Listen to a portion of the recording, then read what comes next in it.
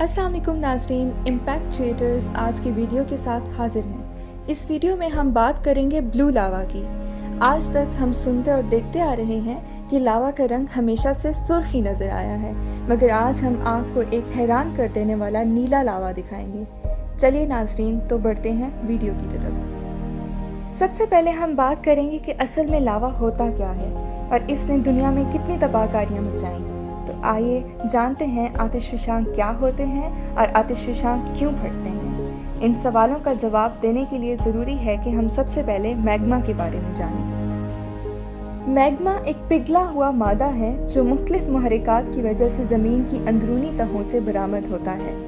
Magma के अंदर पिघली हुई चट्टानों के साथ साथ इवेपोरेटिव मैटर्स यानी उड़ जाने वाले मादे भी पाए जाते हैं। इन मादों में पानी, carbon dioxide, hydrogen, chlorine, sulphur और सल्फर डाइऑक्साइड भी शामिल होती हैं। नाज़रीन, अब हम बात करते हैं कि आतिशफ़शां क्या होते हैं और ये क्यों फटते हैं। वोल्केनो यानी आतिशफ़शां उस जगह को कहते हैं जहाँ से मैग्मा, राख और गैसें बाहर निकलती हैं, और ये अमल लार्ज इरप्शन यानी बड़े धमाके की सूरत में होता है। ज़मीन के अंदर मौजूद शदीद गर्मी की वजह से कुछ ज़ेरे ज़मीन चट्टानें आहिस्ता आहिस्ता पिघल कर एक गाढ़े बहते हुए मादे की शक्ल इख्तियार कर लेती हैं। इस मादे को मैग्मा कहते हैं। मैग्मा अपने इर्द गिर्द मौजूद चट्टानों की बनिस्बत कम डेंस होता है। कम डेंस होने की वजह से मैग्मा ऊपर की तरफ उठता है और इससे मुख्तलिफ गैसों का इखराज होता है, और इसके नीचे मौजूद गर्म गैसों के इखराज को भी मैग्मा रोक देता है। इसकी वजह से शदीद प्रेशर बन जाता है और इस प्रेशर की वजह से एक धमाका होता है और मैग्मा एक सुराख के ज़रिए आतिशफ़शां से बाहर आ जाता है। ये तो हमने जान लिया कि लावा क्या होता है।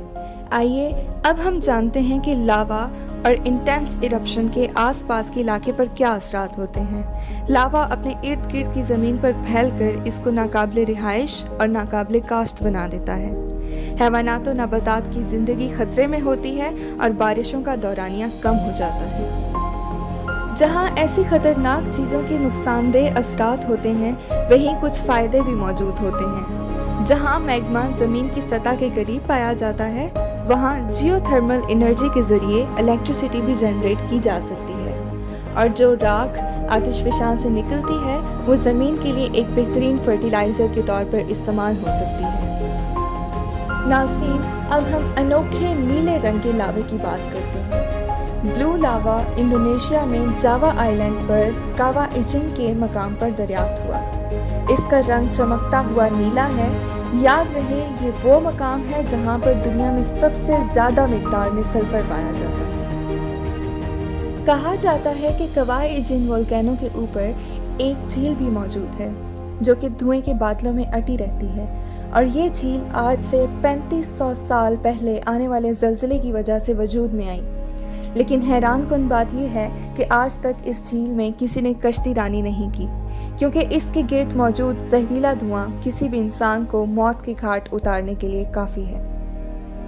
इस झील के गिर्द धुएं की मौजूदगी की वजह इस झील के नीचे मौजूद आतिशफ़शां है, जिसमें से गर्म गैसों का इखराज होता रहता है, और ये गैसें धुएं की शक्ल इख्तियार कर लेती हैं। इस आतिशफ़शां में सल्फ़र की बहुत ज़्यादा मिक़दार मौजूद है।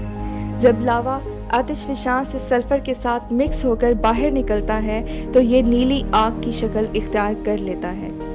दिन के वक्त ये नीली आग नज़र नहीं आती। इसकी वजह दिन के वक्त सूरज की शदीद रोशनी है, मगर जब आप रात के वक्त इस आतिशफ़शां को देखते हैं तो ऐसा महसूस होता है गोया परियां नीले लिबास में रक्स कर रही हैं। जब सल्फ़र को आग लगती है तो ये नीले शोले की शक्ल इख्तियार कर जाता है, तो साबित हुआ कि ये नीला लावा सल्फ़र की वजह से वजूद में आया।